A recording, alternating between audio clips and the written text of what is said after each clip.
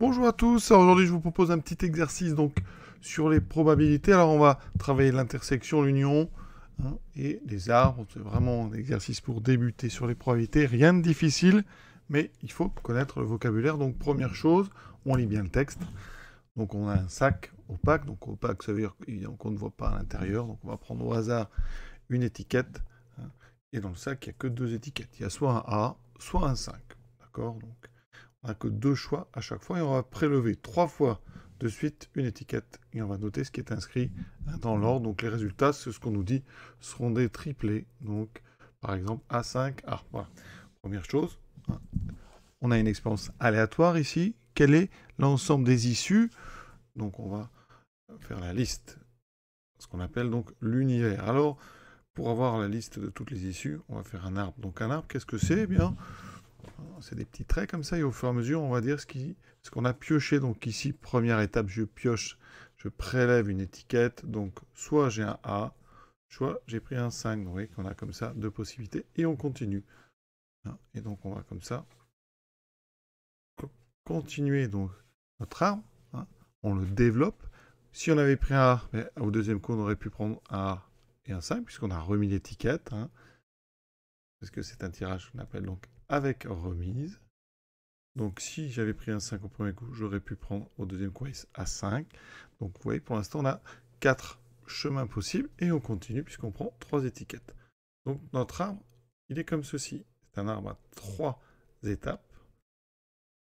Et donc à la fin, on a 5 chemins possibles qui nous mènent aux issues.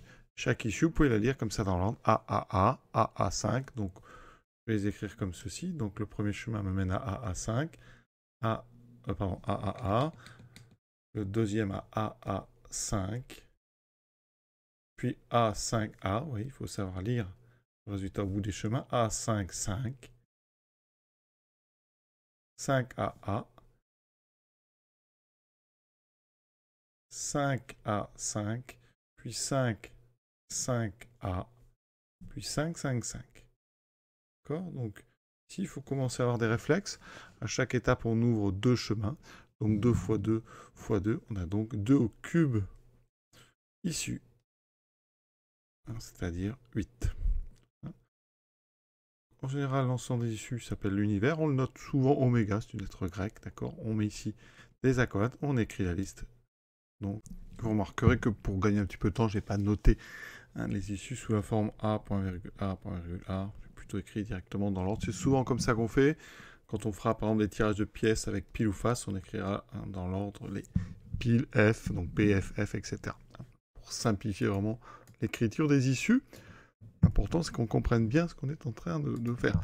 Donc, un univers avec 8 issues, 8 éléments dans cet univers.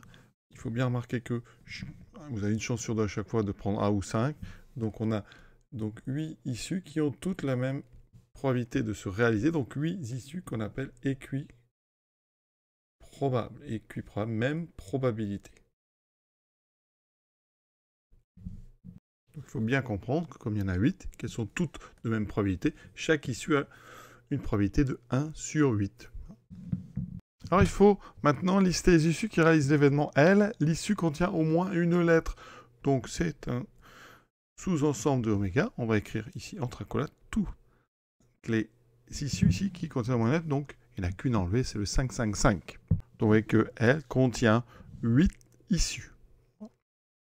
Et donc j'ai bien fait la liste des issues qui sont dans L. Maintenant pareil avec l'événement D. Donc l'issue contient au moins 2 5, donc là s'il y en a beaucoup moins. Donc si on regarde la liste ici, au moins 2, ça veut dire que vous avez A, 5, 5. Ensuite, vous avez ici 5A, 5, puis 5, 5A, puis 5, 5, 5. Donc D contient 4 issues. Maintenant, décrire chaque événement. Alors ici, on a un L avec un trait au-dessus. L, c'est le contraire. Donc L bar, c'est le contraire de L. C'est donc l'issue contient au moins une lettre. On prend le contraire. Donc l'issue ne contient pas de lettres. Donc si elle ne contient pas de lettres, ça veut dire qu'il n'y a que du 5. Donc c'est 5, 5, 5. D'accord? Les petites remarques qu'on peut faire là-dessus. Eh bien, si vous prenez L et L bar, ce sont des événements qu'on dit incompatibles, ils ne peuvent pas arriver en même temps. Hein. C'est-à-dire qu'ici, l'intersection de L et de L bar est vide. Personne n'est à la fois dans L et dans son contraire. Et si vous faites l'union, on retrouve l'ensemble total oméga. D'accord? Et on dit que L et L bar, hein, donc ici, ce sont des ensembles complémentaires. Hein, donc sont des événements contraires. Si on doit calculer la probabilité eh bien, que l'événement L bar se réalise, eh bien, on regarde. Ici, on a donc une issue qui mène à L bar, sachant qu'elles sont toutes équiprobables. Donc la probabilité va être le nombre d'issues contenues dans l'événement divisé par le nombre total d'issues 8. Donc c'est une probabilité de 1/8. Vous remarquez d'ailleurs que P de L, le contraire, eh bien, ça sera 7 sur 8, et de façon à ce que 7 sur 8 plus 1 sur 8 fasse 1. C'est facile d'avoir P de L quand on a la probabilité de L bar. Maintenant, on s'attaque à L union D. Donc ça, c'est l'issue.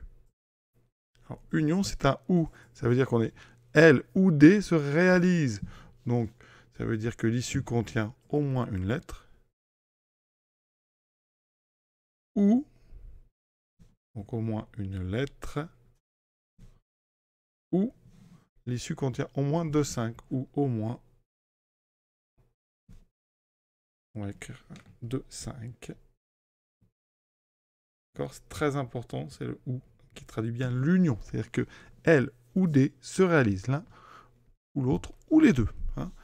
Donc quand on fait la liste, on va mettre toutes les issues qui contiennent au moins une lettre et on doit mettre aussi dans le même ensemble tous ceux qui contiennent au moins 2,5.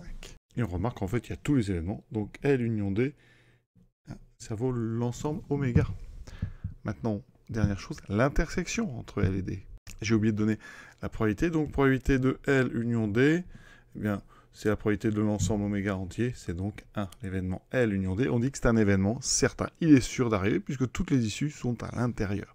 Maintenant, il me reste L inter D. Et donc, ça, c'est l'issue contient au moins une lettre. Et en même temps, hein, L, l'intersection, c'est quand les deux événements se réalisent en même temps. Donc, l'issue contient au moins une lettre et au moins 2,5. Ça veut dire quoi? Que vous avez donc les 2,5 et une lettre, donc 5, 5A, ou alors 5A5, ou alors A5, 5. On doit avoir les deux événements qui se réalisent en même temps. Donc j'impose en fait 2,5 et j'impose une lettre. Donc on a 3 possibilités. Donc 3 issues qui correspondent à cet événement. Donc la probabilité de l'événement, encore une fois, on a 3 issues sur 8 équiprobables. Donc on a une probabilité de 3 sur 8. Et voilà ce petit exercice terminé. À bientôt.